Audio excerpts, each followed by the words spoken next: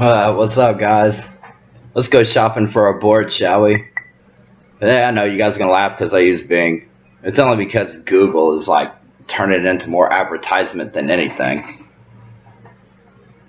Electric longboards. Ooh, better turn the blackness off so y'all can at least see something. 15 best electric longboards by My Pro Scooters. Oh, this sounds interesting. Scooter guys doing something about saying something about electric longboards. This should be interesting. Meepo V3. You can't even say that, they giggle. What is up with that arrow right there? Like, you don't know which one is the front and back of your board. Oh, it's a boosted.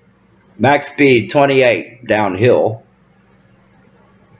Max range 20. Reality 14, maybe 16. 16 at most downhill without using throttle. 300 pounds? No, ain't real numbers. 300 pounds ain't doing none of them other numbers. 38-inch board, you're going to speed wobble after about 18 to 21, 23 miles an hour. This board is not durable or reliable. Super durable and reliable longboard if you tend to break things pretty fast. What they don't say is call the fire department. I have seen myself so many Meepos. Them XT60 and 90 connectors spark out and fry the board. The controller's trash too. Ooh, Halo board. I like that. I don't like that drop through though. I like the pattern, the grip tape that's on it, or grip foam, whatever it might be. I have my doubts on 26 miles an hour in the range, especially if you weigh 280. Team G, next. And none of this would be true. Backfire. It's a boosted board or flip ski board. None of these stats are true. Oh my god, 85 to 96 wheels. Holy Christ. You're going to beat yourself up. Max fine. What is that? Why is that? Oh, it's a Genesis Tomahawk redone on a flat top. Maybe 26 miles? Not at 220 pounds. It's an ultra flexi deck, so you'll snap it. 36 miles, you ain't getting that on your best day. Only 3 hours charging time for both batteries. In perspective, I can charge 4 batteries in an hour and a half. That ain't good. You should get $20 off. For real. Hi boy, S22. Ooh, at least they're honest about it. It's a beginner's board, because it sure looks like it was sold at Hobby Lobby or Best Buy or something. That's fairly honest stats. Give them that. The WowGo. It's a boosted. I've heard a lot of good stuff about WowGos, but wow, it's a boosted. Like if it's a boosted, none of these specs are right. At least it's a little more honest on the range though. 20, and probably real world 12 to 14. Because taking federation, your weight in hills and head-on winds, ain't none of these stats on any of these boards ever going to be right. Like ever. I like that. Don't like that controller box going all the way around. Hopefully they got the battery in there balanced right. Really? You expect 30 miles an hour out of a board like that? I doubt it gets 22. It's probably more like 16. And at 265, what it can handle, you're not getting 22 miles or 25 miles an hour on it in any condition, unless you're going downhill. I like how you can switch the wheels out though. 44-inch deck means that 25 you can hold her good though.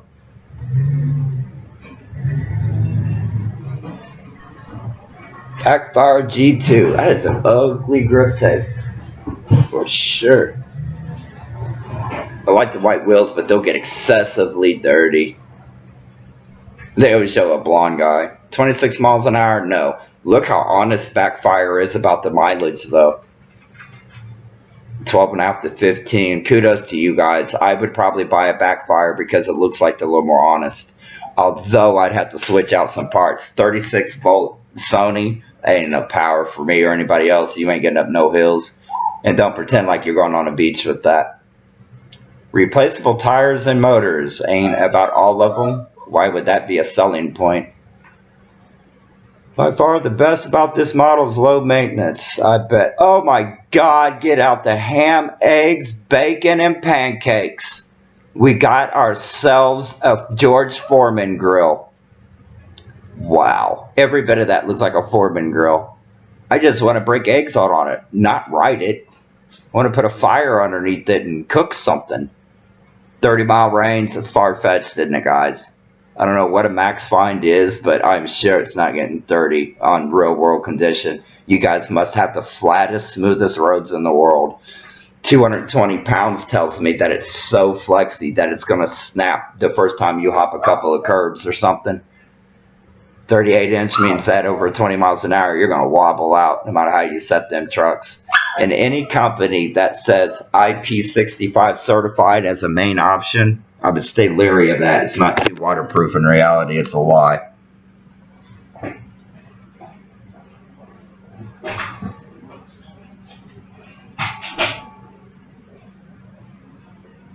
The Backfire Z-Loaf, another boosted. I hope them are vents and not lights, because why would you add more lighting and heat onto your board? 2x750 high torque, but you're using Yingli controllers that only put out a total of 430 watts. So just because you put on 750 watt hub motor, you're only going to get half of 430. So let's call it 215 watts to 250 while it's bursting. Then at most, what is this, 20, 30? It can't be even 30 amps. So I'm calling BS on all these speeds and the range. And 38-inch deck at over 20 miles an hour. Yeah, you're probably gonna speed wobble. 96 M wheels. You are going to be thumpity thump thump. Wow, go 3X. Wow, there goes another boosted board. Oh dear Lord, now we're reaching the bottom of the barrel now. Oop, I started with the NASBO, but a Y8 off-road. Spent too much money on it. Oh, it's a Genesis Tomahawk with that battery that if you don't pull it out all the time, it gets stuck, and then the part down there between the latch that the battery hooks up to will break off, and you'll never be able to keep it running. Alright, so that leaves us with what? One thing then? The frickin' Meepo. Who'd have thought? Well, let's go over and check out Meepo, the V3. Then let's see if this is the board that would trip my trigger. 450 is pretty good. Them wheels are shady though. The V3, 11 miles. For $450, all you get's a 10-minute ride? $100 for 9 more miles. And you know it's not real 9 miles. It'll be more like 5. So you're paying $100 for 5 extra miles on whatever an battery is. Underlay, underlay, mama, ee-ah. Oh dear Lord, are these the type of people that ride Meepos? Little fly boys, little trap boys. Oh, he's cute. That dude ain't ever rode a board in his life. God, let me find some specs. Standard shipping only. You know what that means? That this part right here, 6 months, needs to be added down here to the shipping because that's how long it's going to take. 28 miles per hour on a Meepo. Downhill because it's faster without running the power versus being on power. Meepo 6.5 ESC. It's a Yingli controller. Hence, let's look at the remote. You get 11 miles with the standard V3, which is about 7 minutes of riding. Hope you don't have no hills. Or you can take out the V3 baby. That gets you about 6 more miles. Hope you don't have no hills. What board company seriously has nothing but 5-star ratings? I don't buy that at all. At all. Show some realism, Meepo here. You look like an Xavier. Oh, check out the puppy dog. He don't even want to ride on your board. He stands behind it. My doggy sleeps on ours. You ever notice everybody has the same board? The same thing. Nothing different. You all have the same board. There's no originality. These damn things catch on fire. Oh, I don't get this company. Okay, let's check out this here. Quick Start Guard. Quick Start Guide. It should come back with a thing stuck right there underneath the word quick when the shipping label so you can return it. That kid looks scared to death to ride that board. He's like, his friend's like, you bought a Meepo. Man, put some socks on, man. Bet you got some stank feet. Woo. 2 times 540 watt hub motors. Okay, that's about boosted stats. But here's your issue. How you getting 540 watts per side out of your dual controller when technically it only gets about 250 pulling out of it at most? It's a Yeeling controller. I use them myself for the cheap shit. This is hand-me-down stuff. Shredder trucks. They shouldn't even exist. If you don't weigh anything, you can't turn shredders. 90 mil wheels, 22% regenerative braking means you can't stop. Meepo, grip tape and paint doesn't count as 2 layers. It's less than 5.